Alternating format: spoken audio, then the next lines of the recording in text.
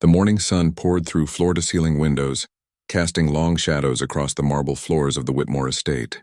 Nathaniel Whitmore stood at the window of his home office, coffee cup in hand, watching the gardeners trim the hedges into perfect shapes. Everything in his world was precise, controlled, and exactly as he wanted it, except for the one thing that mattered most. A soft knock interrupted his thoughts. "Come in," he said, not turning around. Mrs. Jenkins, the head housekeeper who had been with the family for over a decade, stepped into the room. Her gray hair was pulled back in a tight bun, her posture straight as a ruler. "Sir, Dr. Patel has arrived for Lily's weekly checkup." Nathaniel nodded, placing his untouched coffee on the desk. "Tell him I'll be there in a moment." As Mrs. Jenkins left, Nathaniel straightened his already perfect tie and took a deep breath. These weekly meetings always left him drained, each one a reminder of his failure as a father. The medical wing of the house was on the east side, designed specifically for Lily after it became clear that her condition wasn't temporary. The walls were painted in soft blues and greens with colorful animal murals that Lily seemed to enjoy looking at. It was a beautiful space that cost millions to build and equip, a golden cage for his little bird who couldn't fly. Dr. Patel was already examining Lily when Nathaniel entered. The doctor was one of the top pediatric specialists in the country, with gray at his temples and kind eyes behind wire-rimmed glasses. Lily sat quietly in her custom wheelchair, staring out the window at a bird perched on a branch. "Good morning, Lilyflower," Nathaniel said, kneeling beside her. He brushed back a strand of her blonde hair so much like her mother's. Lily's eyes flickered toward him briefly before returning to the window. That small acknowledgement was enough to make his heart squeeze. Some days she didn't look at him at all. "How is she today?" Nathaniel asked, standing to face the doctor. Dr. Patel put away his stethoscope. "Physically, she's fine. Heart rate normal, lungs clear. Her muscle tone is what we'd expect given her limited movement, though the passive exercises are helping prevent atrophy. But no change in her willingness to stand or walk." The doctor shook his head. "Mr. Whitmore, as I've explained before, there's nothing physically preventing Lily from walking. All our tests confirm that. Her development in other areas, cognitive function, fine motor skills, is actually quite impressive. She can draw, she can manipulate objects, she responds to questions when she chooses to. Then why won't she walk? Why won't she even try?" Nathaniel struggled to keep the frustration out of his voice. The mind is complex, especially in children who've experienced trauma. Lily lost her mother the day she was born. That kind of loss can manifest in unexpected ways. Nathaniel turned away, the familiar guilt washing over him. Claire had died bringing Lily into the world, a fact he'd never hold against his daughter, but one he couldn't forget either. "I've brought the file for the child psychologist I mentioned last time," Dr. Patel said, handing over a folder.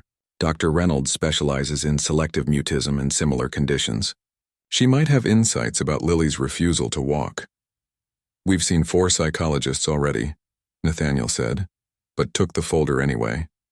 "I understand your frustration, but—" "Do you?" Nathaniel interrupted, keeping his voice low so Lily wouldn't hear. "Do you understand what it's like to watch your child trapped in her own mind? To have all the money in the world and still be helpless?" Dr. Patel's expression softened. "No, I don't. But I do know that children are remarkably resilient given the right support.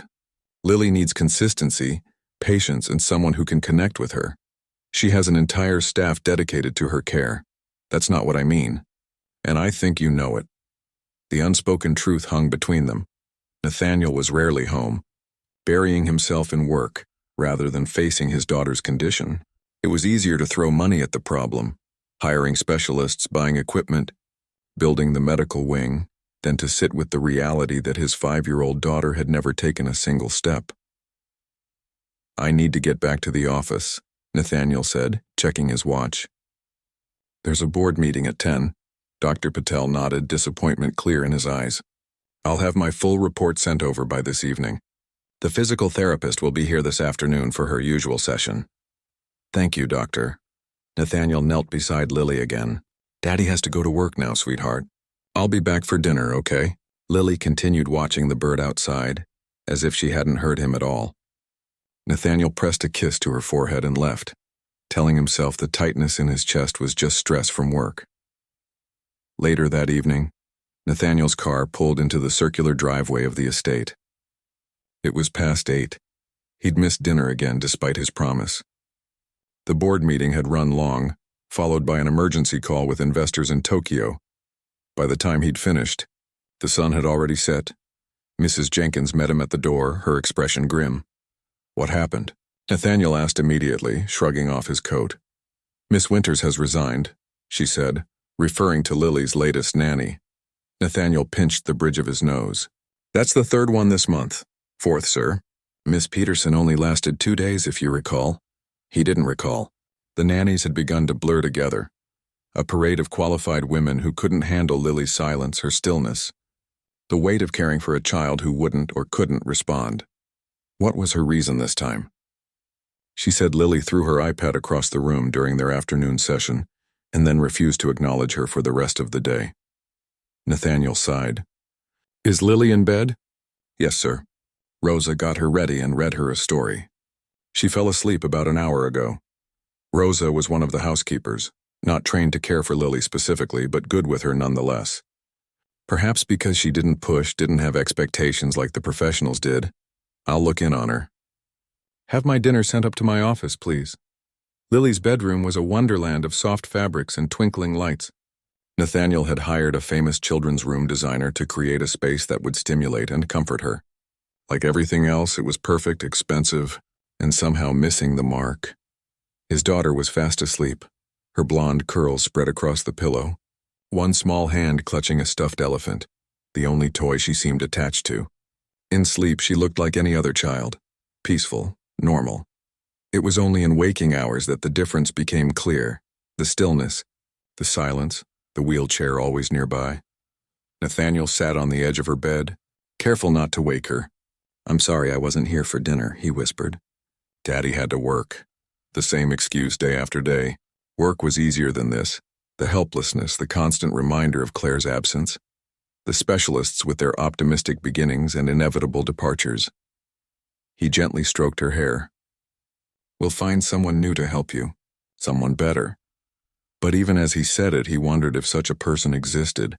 Maybe Lily would never walk, never speak more than the occasional word, never live a normal life. Maybe the golden cage he'd built for her was the best he could do. The next morning over breakfast, Nathaniel addressed Mrs. Jenkins. "Call the agency again. Tell them we need someone with experience in cases like Lily's." Mrs. Jenkins hesitated. "Sir, we've been through most of their specialists already. They suggested we might consider a different approach." "What kind of different approach? There's a woman they recommended?"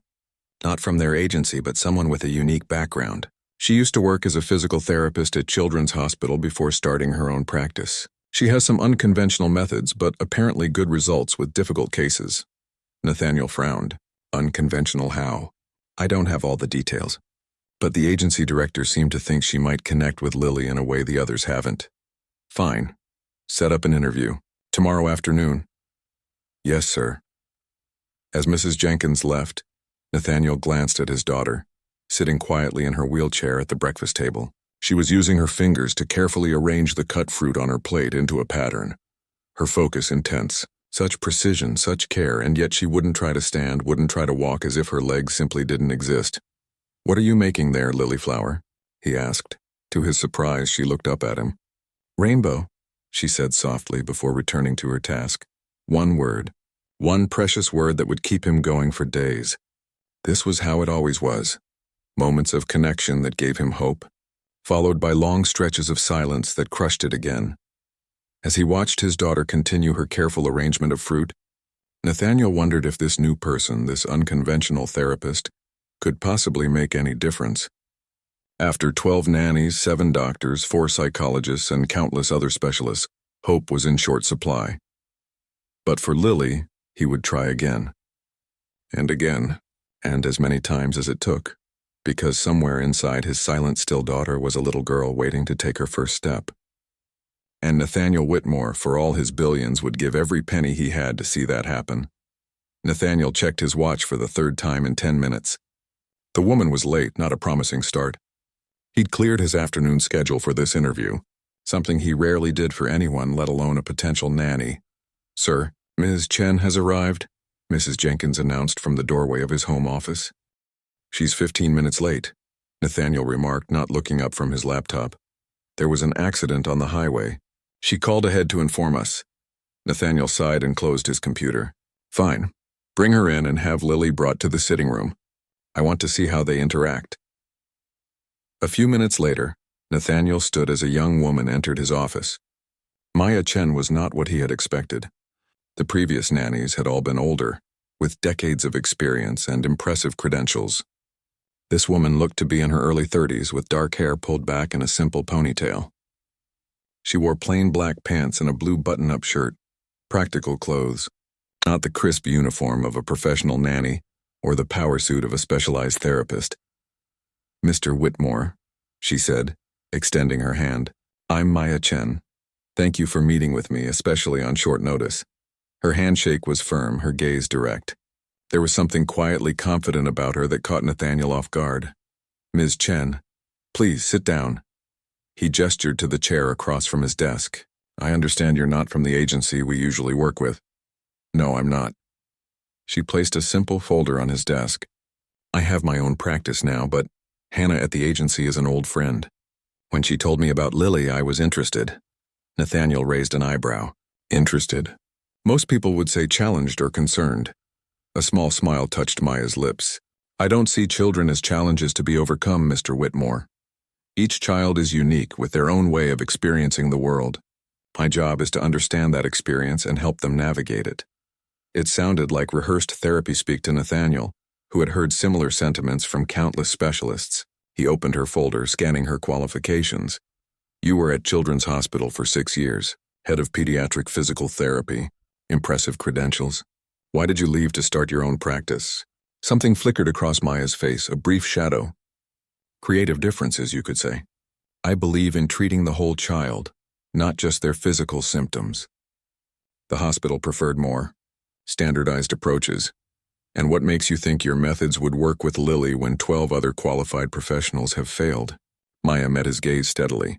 "I don't know that they will, but I'd like the chance to try." Her honesty was refreshing, at least. Most came in with grand promises and theories. "Let's continue this in the sitting room. Lily should be there by now," Nathaniel said, standing. The sitting room was Lily's favorite space on the first floor. Floor-to-ceiling windows overlooked the garden, and the furniture was arranged to accommodate her wheelchair. Lily was already there, positioned near the windows, watching a butterfly flutter against the glass.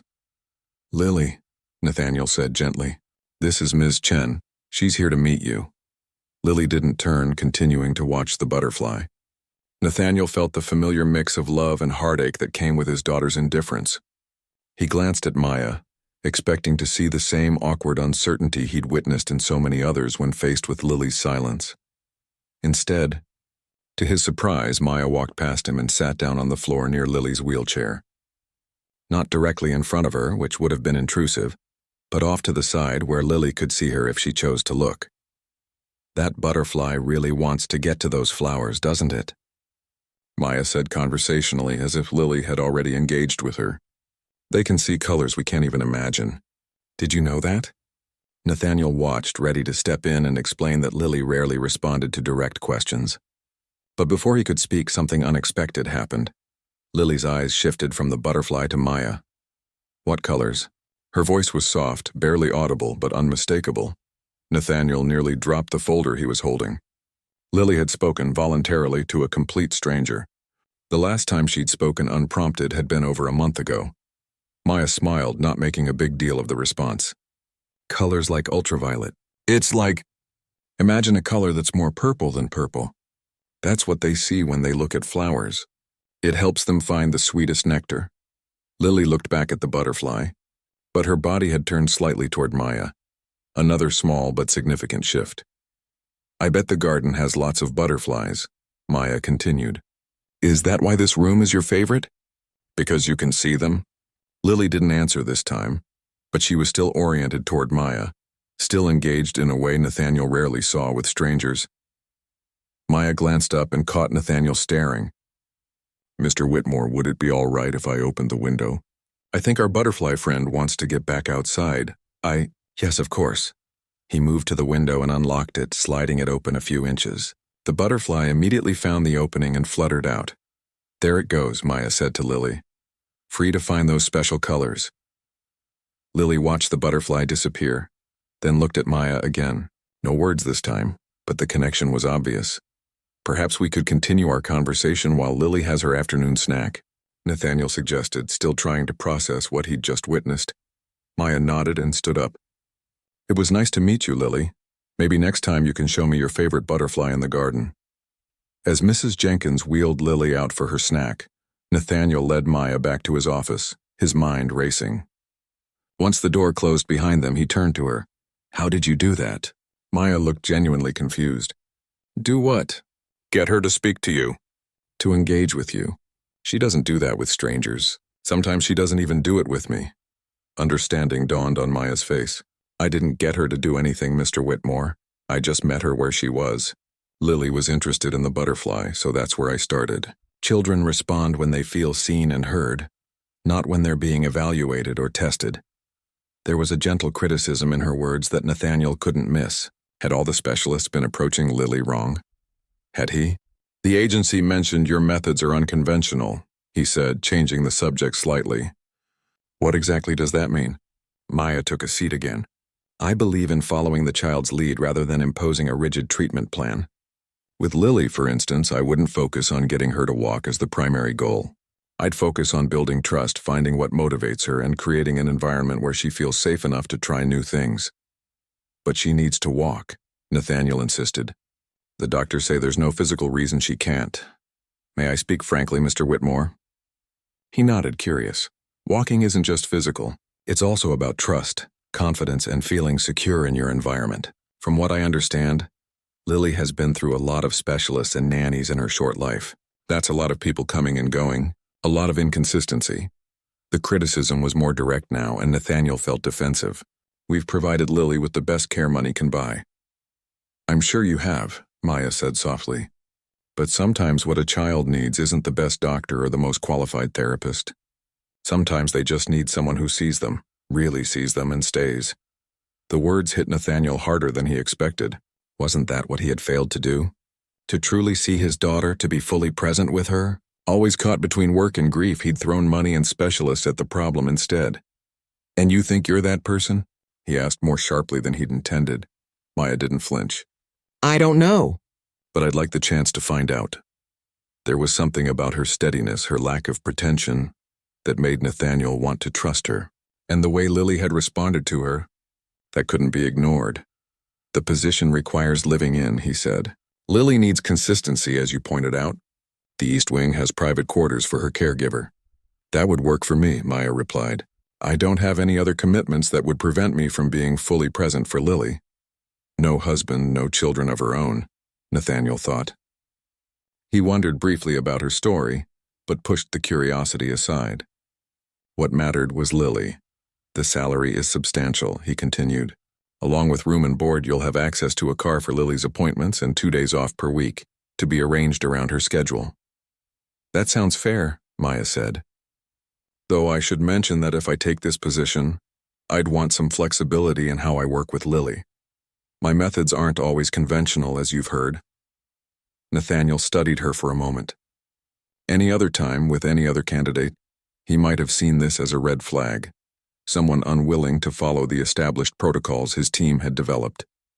But after seeing Lily respond to this woman within minutes of meeting her, what sort of flexibility? I might want to change her daily routine, introduce new activities, possibly even rearrange her space a bit. Nothing dramatic, but enough to create new patterns, new possibilities. Nathaniel hesitated. Control was important to him, in business, in his home, in Lily's care.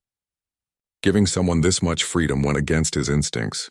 And yet, "Let's try a 1-month trial," he said finally. "If things are going well, we can discuss a more permanent arrangement." Maya nodded. "That seems reasonable. When would you like me to start?"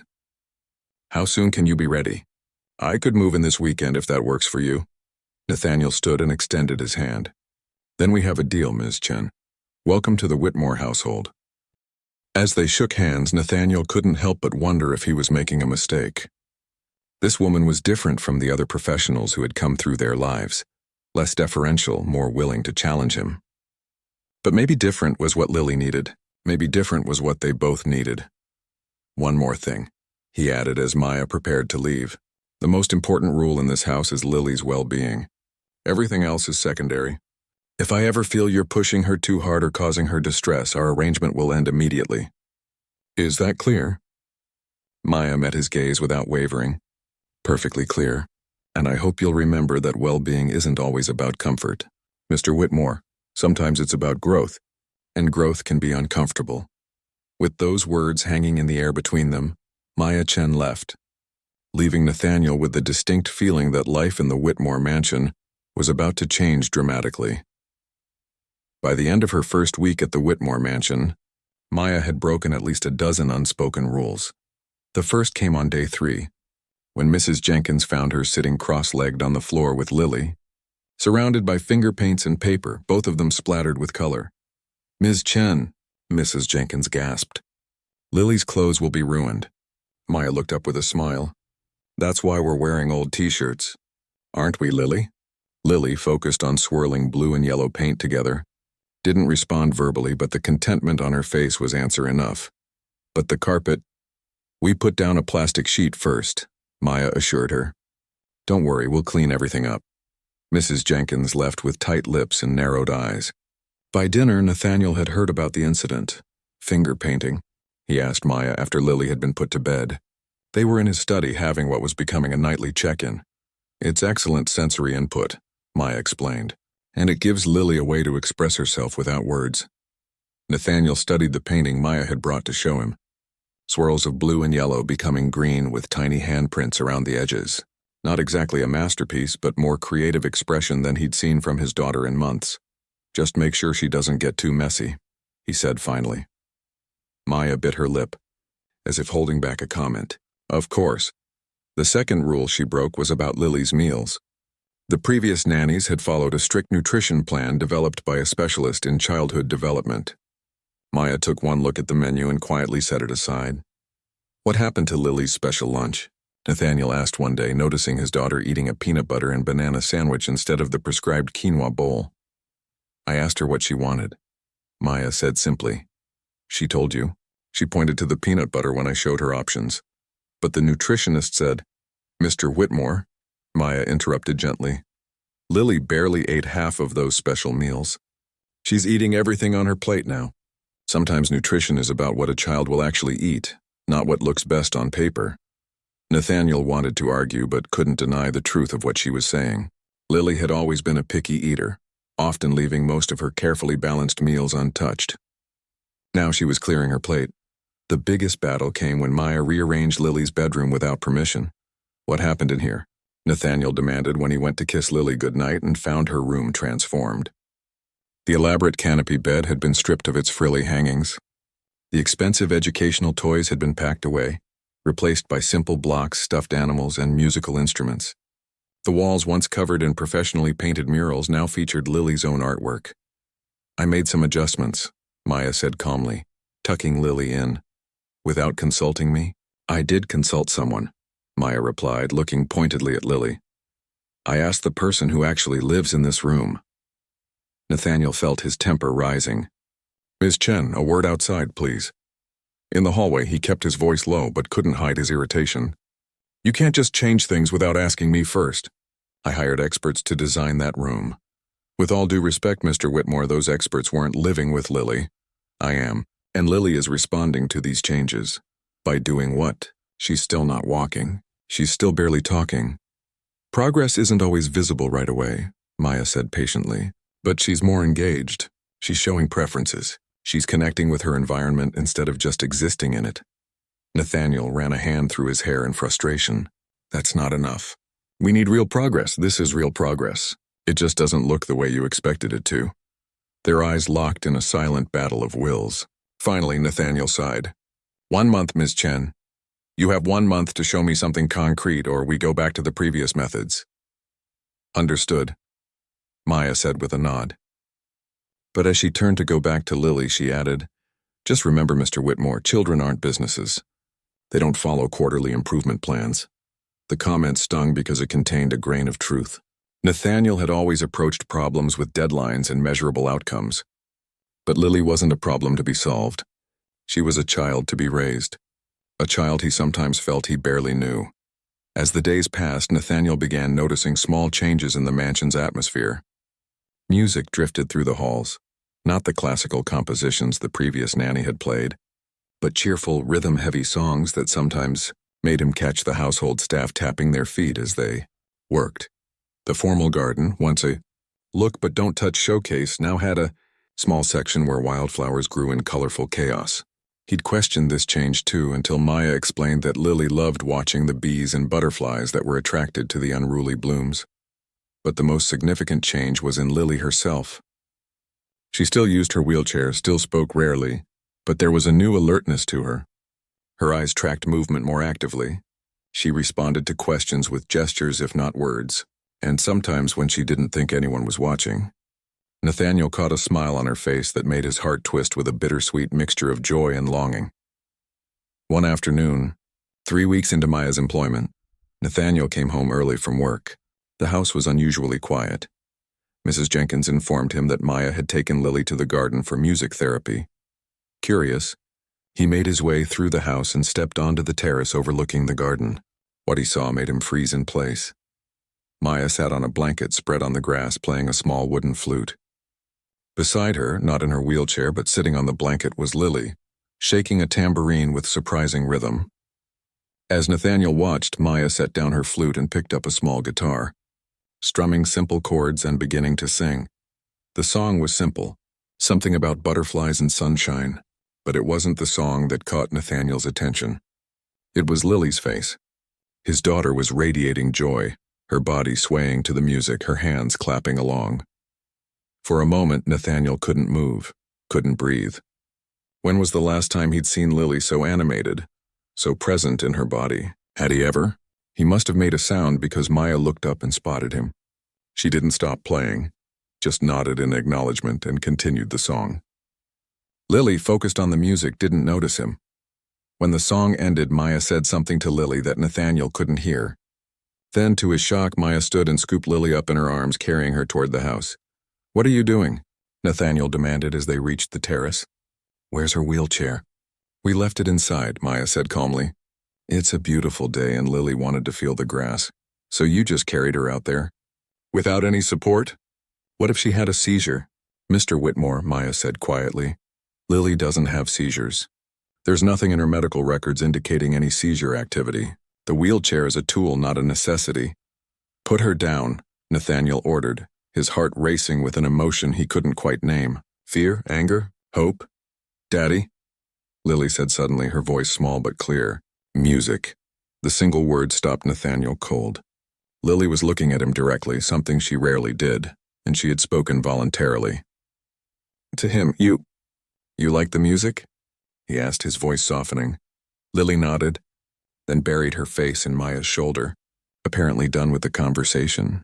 "She's been responding to rhythm and melody," Maya explained, still holding Lily securely. "It's a common entry point for children who struggle with other forms of communication." Nathaniel felt suddenly unsteady, as if the ground beneath him had shifted. "Take her inside, please." Maya nodded, carrying Lily past him and into the house. Nathaniel remained on the terrace, staring at the blanket and instruments still laid out on the grass. The simple scene represented everything Maya had been trying to tell him. That Lily needed experiences, not just therapy. Connection, not just care. Later that evening, after Lily was asleep, Nathaniel reviewed the security footage from the garden, a habit he'd developed since Maya started making changes. He watched the music session again, paying closer attention to Lily's movements. Her hands were steady on the tambourine, her posture upright without support. There was strength in her body that the specialist had always said was there, but that she'd never seemed willing to use. "She could walk," he murmured to himself. "They've always said she could." As if conjured by his thoughts, Maya appeared in the doorway of his study. "May I come in?" Nathaniel quickly switched off the security footage. "Of course." Maya took a seat across from him. "I want to talk about what happened today." "You mean when you took my daughter out of her wheelchair without permission?" Maya didn't flinch at his tone. "Lily has been making progress, Mr. Whitmore, real progress. But I'm concerned that your expectations might be getting in the way." "My expectations?" Nathaniel almost laughed. I'm the one who wants her to succeed, to walk, to live a normal life. And that's exactly the problem, Maya said gently. You're so focused on what Lily can't do that you're missing what she can do. What she is doing. The words landed like a physical blow. Was that true? Had his desperation for Lily to walk blinded him to her other achievements? Today in the garden, Maya continued, Lily was fully engaged, physically and emotionally. She was making choices, expressing preferences, connecting with her environment. These are all steps toward independence. But not actual steps, Nathaniel said quietly. Not yet, Maya agreed. But they're laying the groundwork. Trust has to come before physical risks. Mr. Whitmore, Lily needs to know it's safe to try, safe to fail, before she'll attempt something as challenging as walking. Nathaniel leaned back in his chair, suddenly tired. And how do we help her feel that safety? For the first time since she'd arrived, Maya smiled with what looked like genuine hope. We create it together, starting tomorrow. As Maya left his study, Nathaniel turned back to the now dark screen of his computer. For the first time in years, he allowed himself to imagine a future where Lily might run through that garden, instead of just sitting in it.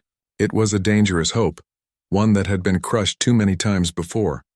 But something about Maya's quiet confidence made it feel possible again.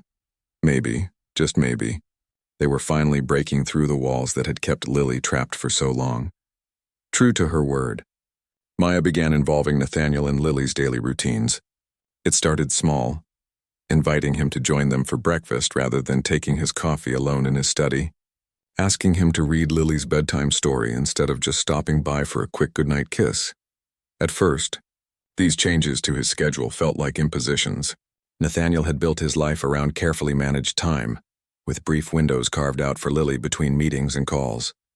Now Maya was asking him to rearrange everything, to put Lily at the center rather than fitting her in, around the edges. I have a company to run, he reminded Maya one evening after she suggested he take a full day off to join them for a special project.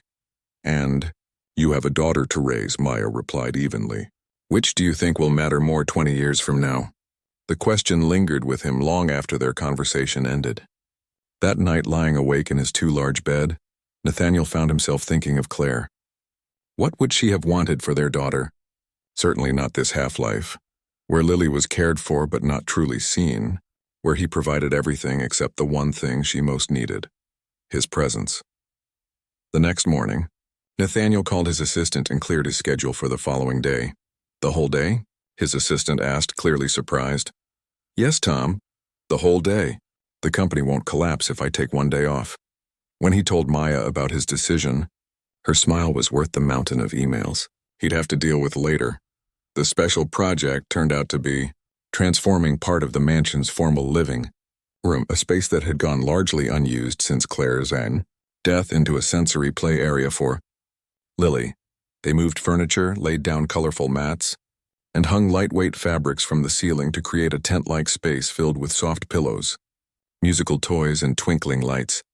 Nathaniel found himself enjoying the work, especially when Lily, watching from her wheelchair nearby, would point or make small sounds of approval. At one point she actually laughed, a sound so precious and rare that Nathaniel nearly dropped the box of string lights he was holding. She has her mother's laugh, he said quietly to Maya. Maya paused in arranging pillows. You don't talk about her mother much. No, Nathaniel agreed. I don't. Do you think Lily knows about her? The question caught him off guard. She has pictures in her room. Pictures aren't stories, Maya said gently. Children need stories about where they come from, who they belong to. Nathaniel felt a familiar tightness in his chest. I'm not sure I can do that yet. Maya nodded, understanding in her eyes. When you're ready, then. But don't wait too long. Lily needs her mother's story as part of her own. By late afternoon, their project was complete. Lily's eyes widened as Nathaniel carried her into the transformed space, setting her down on the soft mats among the pillows. For the next hour, he watched in amazement as his daughter explored the environment, crawling from one area to another with more physical confidence than he'd ever seen her display. She's using her body, he murmured to Maya, who sat beside him at the edge of the play area. She always could, Maya replied. She just needed the right motivation and a safe place to try. As the weeks passed, Nathaniel found himself increasingly drawn into Lily's world. The more time he spent with her, the more he recognized the subtle ways she communicated. A tilt of her head, a particular look in her eyes, the way she would tap her fingers when she was thinking. She was far more present, more aware than he had ever given her credit for. One morning in late April, nearly 2 months after Maya's arrival, Nathaniel was working from home. He'd taken to spending mornings in his home office and afternoons with Lily, a compromise that felt increasingly right. Through the open window, he could hear Maya and Lily in the garden, their voices carried on the spring breeze. They were playing some sort of game involving counting and butterflies. Nathaniel smiled to himself, half listening to their interaction while reviewing quarterly reports. Maya had been right about the music therapy. Lily was speaking more now, though still in short phrases rather than full sentences. Each new word felt like a gift. His phone rang, pulling his attention away from the garden sounds. It was his CFO, calling about an urgent matter with investors. The call stretched from minutes into nearly an hour of complex financial discussion. When Nathaniel finally hung up, the garden had gone quiet. Realizing it was past lunchtime, he made his way downstairs and out to the terrace, expecting to find Maya and Lily had gone inside. Instead, he stopped short at the sight before him. Maya was kneeling on the grass near a flowering bush, her back to the house. She appeared to be talking to Lily, who was just out of Nathaniel's line of sight.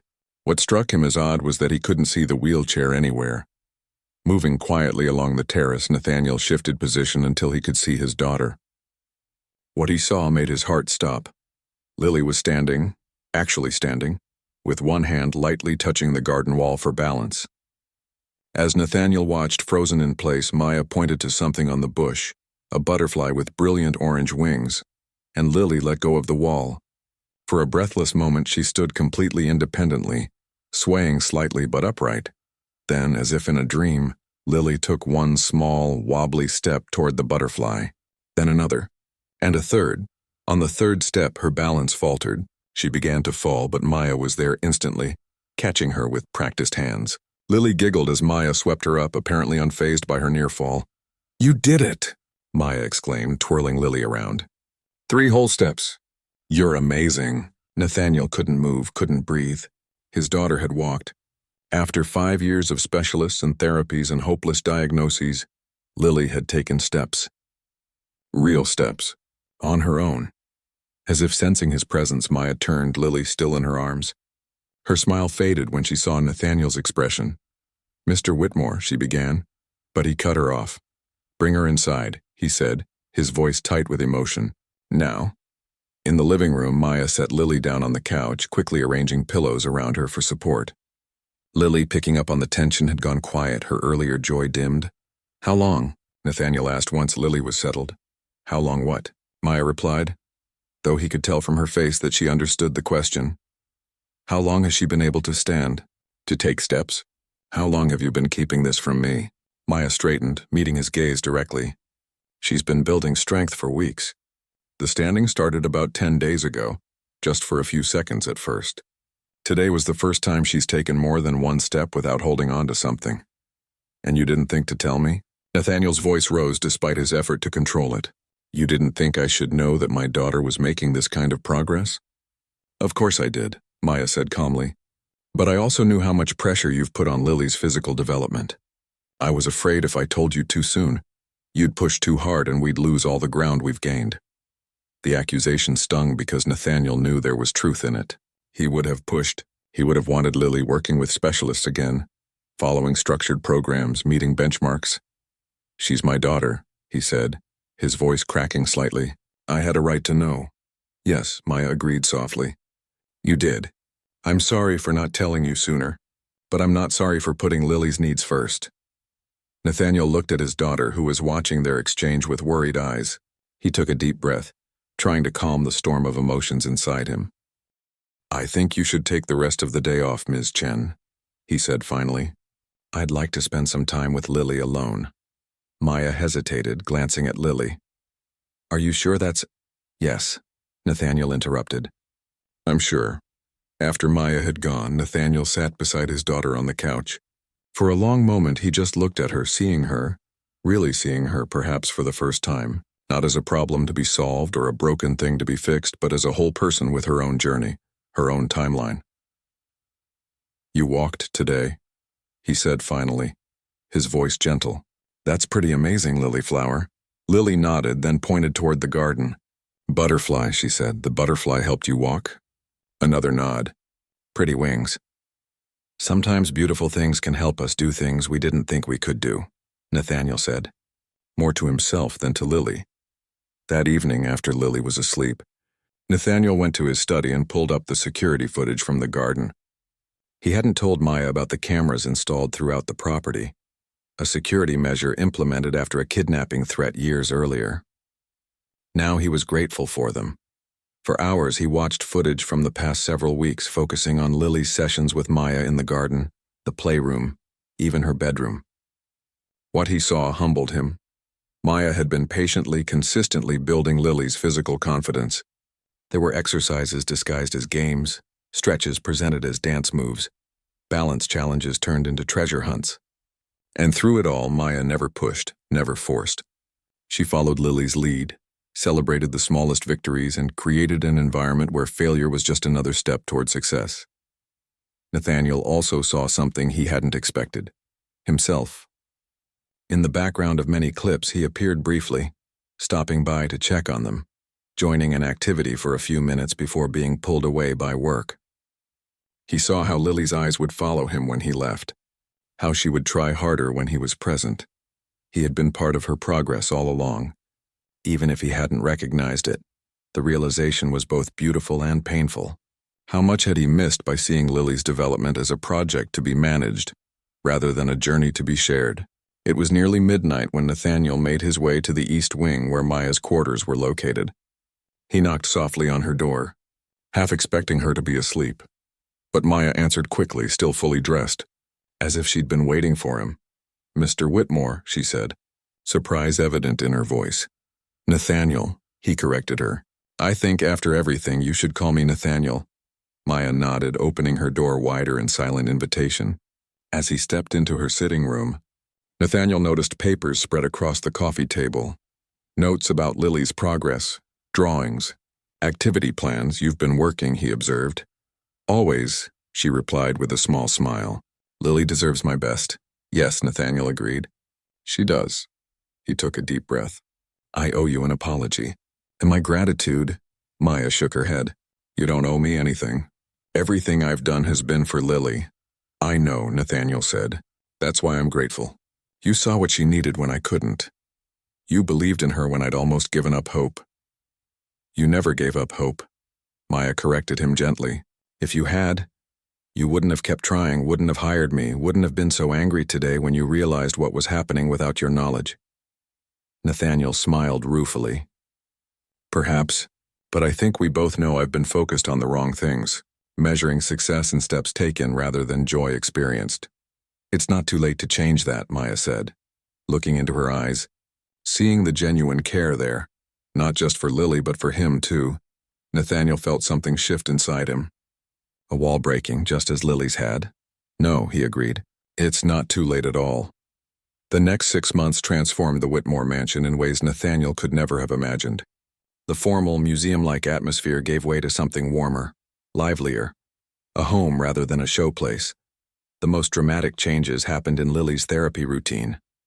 Gone were the clinical sessions with rotating specialists. Instead, Maya created an integrated approach that wove physical development into everyday activities. Nathaniel didn't just observe these sessions now.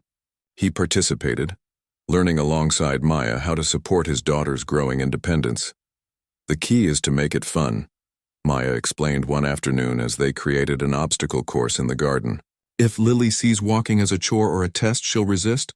If it's a game, she'll play along," Nathaniel finished, positioning a row of colorful hoops on the grass. "Exactly." Maya smiled at him, a warm look that Nathaniel found himself increasingly drawn to. In the months since Lily's first steps, his relationship with Maya had evolved from employer-employee to something closer to partners in Lily's care. The formality between them had gradually melted away, replaced by an easy companionship that felt surprisingly natural. Lily's progress wasn't linear. There were amazing days when she would walk across an entire room without support, and frustrating days when she refused to try at all. But the overall trajectory was unmistakable. She was getting stronger, more confident, more willing to take risks. And it wasn't just her physical abilities that were developing. Lily was talking more, expressing preferences, even occasionally disagreeing with her father, something that delighted Nathaniel even when it complicated bedtime or meal choices.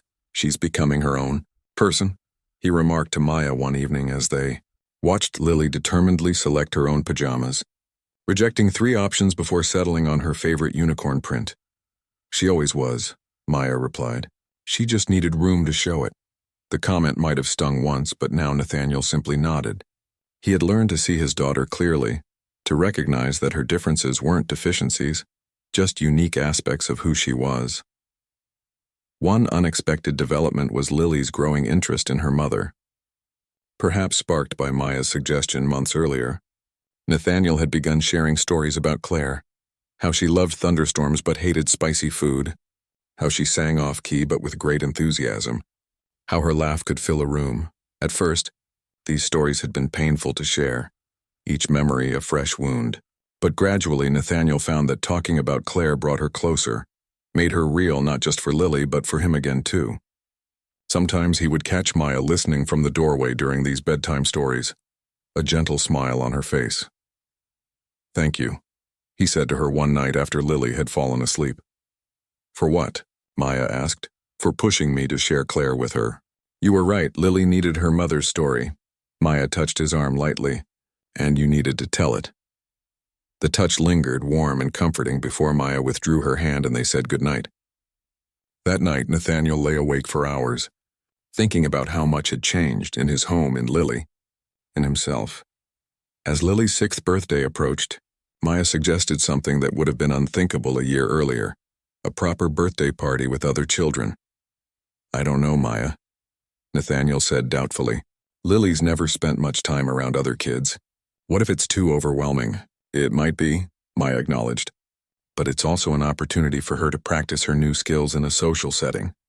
We can keep it small, maybe just 5 or 6 children, the kids of people you know and trust. And what if she can't keep up? What if the other children don't understand her limitations?" Maya's expression softened. "Children are more accepting than adults give them credit for. And Lily is stronger than you think. But," she added, seeing his continued hesitation, "we can have an escape plan. If it gets too much, you or I can take her to a quiet space to regroup." In the end, Nathaniel agreed, though his stomach was in knots as the day approached. He invited the children of his closest friends and business associates, carefully selected kids who were known to be kind and patient. The party would be held in the garden, with simple games that all children could participate in regardless of physical ability. The morning of Lily's birthday dawned clear and bright. Nathaniel woke early, a mixture of excitement and anxiety making sleep impossible. He found Maya already in the kitchen arranging fresh flowers for the garden tables. "Couldn't sleep either?" she asked with a knowing smile. "Is it that obvious?" He poured himself coffee from the pot she'd already made. "Only to someone who knows you well." There was something in her voice, a warmth that made Nathaniel look at her more closely. The morning sunlight caught in her dark hair, highlighting strands of amber he'd never noticed before. "Maya, he began, not entirely sure what he wanted to say. "Daddy!" Lily's voice interrupted the moment as she appeared in the doorway, still in her pajamas, her hair tousled from sleep. "Is it party day?" "It is, birthday girl," he confirmed, scooping her up. She was still small for her age, but there was new strength in the arms that wrapped around his neck. "How does it feel to be 6?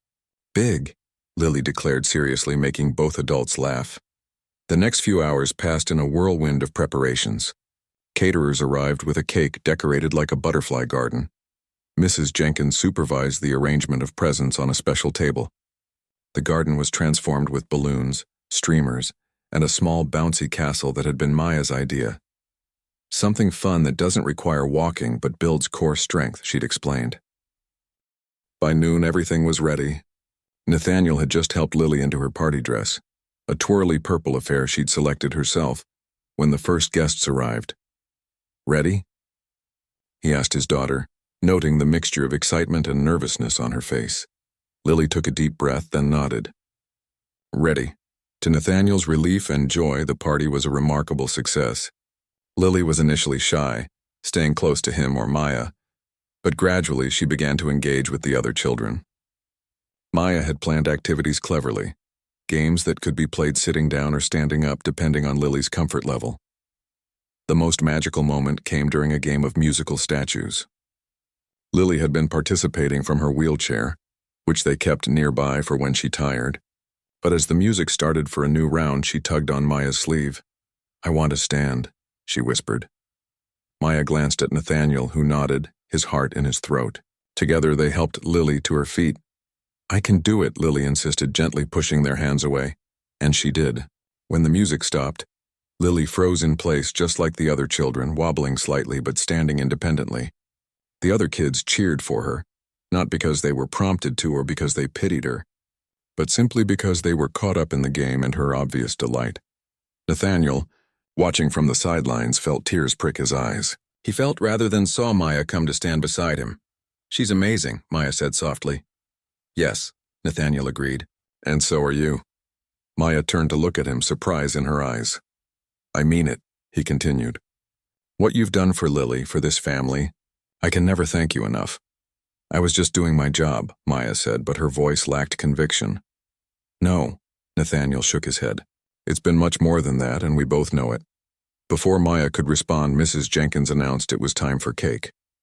The moment passed, but Nathaniel could feel something had shifted between them, a door opening to possibilities neither had acknowledged before.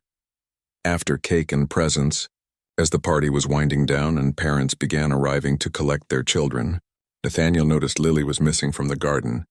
Concerned, he went looking for her, eventually finding her in the living room with Maya. They were sitting together on the floor, Lily apparently showing Maya something. "Everything okay in here?" he asked from the doorway. Lily looked up with a beaming smile. "Daddy, I'm showing Maya my special present." "Special present?" Nathaniel came closer and saw what they were looking at, a framed photograph of Claire that normally sat on Lily's bedside table. "I told Maya that Mommy sent her to help us," Lily said matter-of-factly, like a birthday wish that came early. Nathaniel felt his breath catch. He looked at Maya, whose eyes reflected his own emotion. "That's a lovely thought, Lilyflower," he managed to say. "It's true," Lily insisted. "Maya made everything better. She made me walk and you smile again." Out of the mouths of babes, Nathaniel thought. Leave it to a 6-year-old to cut straight to the heart of things. As the last guest departed and Lily, tired from the excitement, was put down for a rare afternoon nap, Nathaniel found Maya in the garden cleaning up the remnants of the party. "Leave that," he said. "The staff can handle it." Maya set down the stack of plates she'd been gathering. "Force of habit, I guess. I like to keep busy." "We need to talk," Nathaniel said, gesturing to a quiet bench beneath an oak tree. After a moment's hesitation, Maya joined him there. "I've been thinking about the future," he began. Maya's expression became guarded. "Oh?" Lily's making incredible progress. She's walking more each day, talking more, connecting with other children. In many ways, you've accomplished what I hired you to do. Are you saying you don't need me anymore?" Maya asked, her voice carefully neutral. Nathaniel looked at her directly. "I'm saying exactly the opposite. We need you more than ever, but not as Lily's nanny or therapist." "I don't understand." "These past months, you've become part of our family, Maya. You've changed how I see Lily, how I parent her, even how I see myself. And I think there might be something more between us than just Lily's care." Color rose in Maya's cheeks. "Nathaniel, if I'm wrong," he said quickly, "if I've misread things, please tell me. The last thing I want is to make you uncomfortable or pressure you in any way." "You haven't misread anything," Maya said softly. "But it's complicated. I care about Lily so much, and yes, I care about you too. But I also have my own life, my own goals. I've been offered a position at a new pediatric therapy center starting next month." The news hit Nathaniel like a physical blow. "You're leaving?" "I was considering it," Maya admitted. "The work would be important, helping children who don't have the resources Lily has. But I've been struggling with the decision." "Because of Lily?" "Because of both of you," Maya said, meeting his eyes. Nathaniel took a deep breath. "What if there was a way you could do both? Help other children and stay in our lives?" "What do you mean?" "The Whitmore Foundation funds medical research and treatment for children. What if we created a new program? A therapy center using your methods. You could lead it, develop the approach, train others, and still be here with us with Lily. Maya's eyes widened. You'd do that? In a heartbeat, Nathaniel said. For the children who would benefit, for Lily. And for us if you want there to be an us. For a long moment, Maya was silent and Nathaniel feared he'd overstepped. Then she reached out and took his hand. I'd like that, she said simply. All of it. As if on cue, they heard Lily's voice from the terrace. Daddy. Maya, look! They turned to see Lily standing at the top of the garden steps, one hand on the railing for support. As they watched, holding their breath, she let go of the railing and carefully, deliberately walked down the 3 steps and across the grass toward them. No hesitation. No falls. Just a little girl walking to the 2 people who loved her most in the world. When she reached them, breathless with accomplishment and joy, Nathaniel lifted her onto the bench between them. Did you see me? Lily asked, her eyes bright with triumph. I did it all by myself. We saw, Maya assured her, brushing a strand of hair from Lily's face with a tender gesture. You were amazing, and brave, Nathaniel added. So very brave. Lily beamed at them both, then looked thoughtfully from one to the other. Are you going to be my new mommy now? She asked Maya directly. Maya glanced at Nathaniel, a blush rising in her cheeks. That's a conversation for another day, she said gently. But I'm not going anywhere, Lily, I promise. Good, Lily declared with the simple certainty of childhood. Because we need you. As the 3 of them sat together on the garden bench, surrounded by the remnants of Lily's birthday celebration, Nathaniel thought about the journey that had brought them here. From grief to hope, from isolation to connection, from standing still to taking those first miraculous steps. Some might call it impossible, what had happened in this garden, in this house, in their hearts. But Nathaniel knew better now. Sometimes the impossible was just waiting for the right person to show you the way.